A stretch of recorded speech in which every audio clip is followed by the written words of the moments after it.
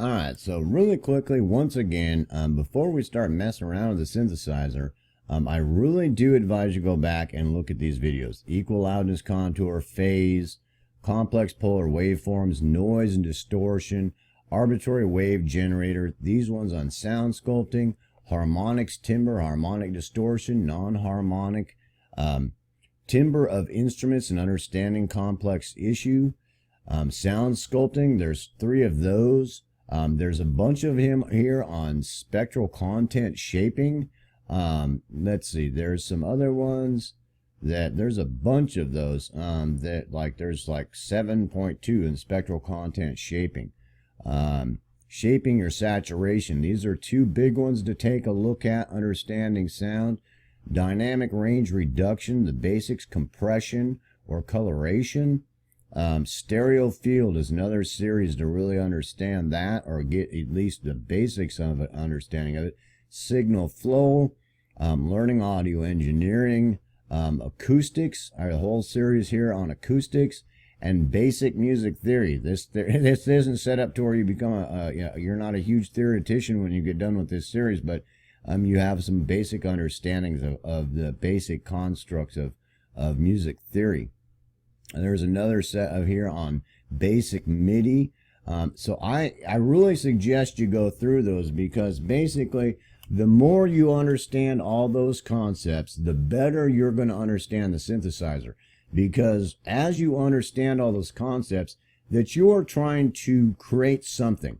Now, whether or not you're trying to recreate something that's a natural sound, that you have an understanding of what that is, or you're trying to create something that's unnatural and you have an understanding of the basic, constructs of that, or you're trying to create something that's, a mixture of both, so that you can kind of understand that what's going on with sound. And I know that sounds like a lot, but just with the synthesizer, it's, whether or not you're dealing with a sample-based synthesizer or, full-blown synth, and different types of synthesizers, that you're, the better that you understand sound, that you can go into the synthesizer, and what we've talked about, the basic parameters, the basic types of synthesis, are going to help you to manipulate and create sounds with a good foundation of understanding what sound and acoustics are, so that you're actually able to do things, because one of the biggest things some people get into is they'll have a synthesizer, they don't have any understanding of sound, its components, or anything about that. So it can be very frustrating that they turn it on and they start pushing some buttons and start turning some knobs around, but they have no understanding of how to construct a sound to begin with, or what all a sound may contain, or what can be adjusted, what can be sculpted, what can be shaped, what can be added, what can be taken away. All those type of things, spectral content shaping, things like spatializations, all those type of things are going to have a huge impact on, so that when you understand those things and you start to look at the synthesizer, that with those understandings, that all those parameters in the type of synthesis that we're talking about, it's going to directly make a connection in your mind what those things can do for you. It's just like, me saying that, you've got, it's the same thing as like with painting or anything else, that if you don't understand the basic structures of what that is, then it's really hard to understand how you're going to create with that.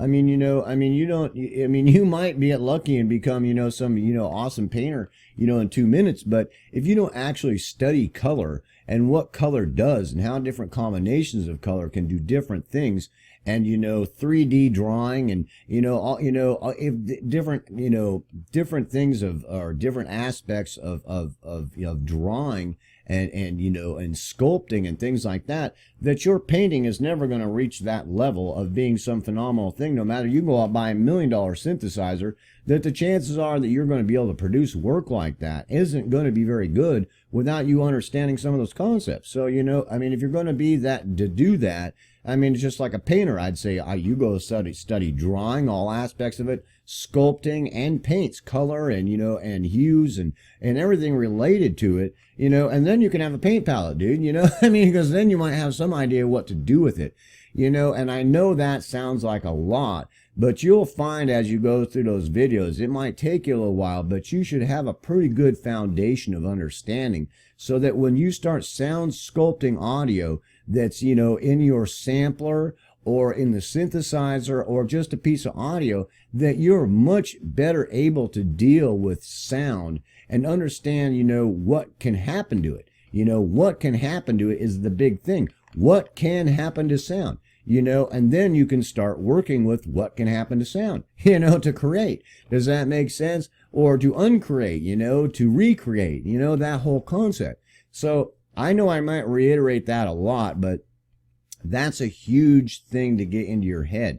And I'm sorry to get off the subject of actual synthesis, but I'm sorry that it is part of actual synthesis. To synthesize sound, you need to understand what sound is. And I've put those videos on here to help you understand that, so that when you get into some of these things that, you're not wrestling with the synthesizer itself and what Bob decided would be, some kind of ingenious idea, that you're trying to figure out what he's doing, and wrestling with sound that you don't really understand. So now you've got some parameter that doesn't make no sense to you. The sound of what's happening to the sound doesn't make no sense to you.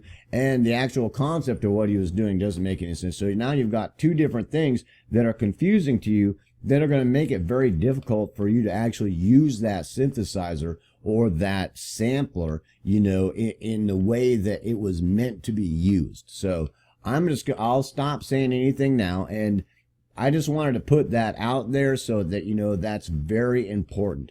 And that's why I put those videos there, so that when you start doing this kind of stuff, that that aspect of it isn't confusing. When you're trying to figure out what the heck Bob was thinking building that parameter, and you got to sit around and study Bob's parameter, his ingenious idea of how he thought that was going to change the world of synthesis, but it isn't, or it is, or it might, or you might think it's garbage or real, that, that you're going to have enough issues dealing with that rather than having to deal with the concepts of sound, because all the different things that can happen in synthesis and synthesizers, from looking at some of the ones we've talked about, that, there can be some complex things going on. So you not having to worry about what sound is and the concept of sound is a step forward, so that those other things you may run into, that, when you start combining all those things, that you understand what it's doing to the sound, because you understand what sound is. And, that it's about that simple and that basic. So please go back and watch those videos. And I'm sorry I fibbed. We're going to start the synthesis in the next video. So peace, hope, love. I'll see you in the next video, and please watch those videos first.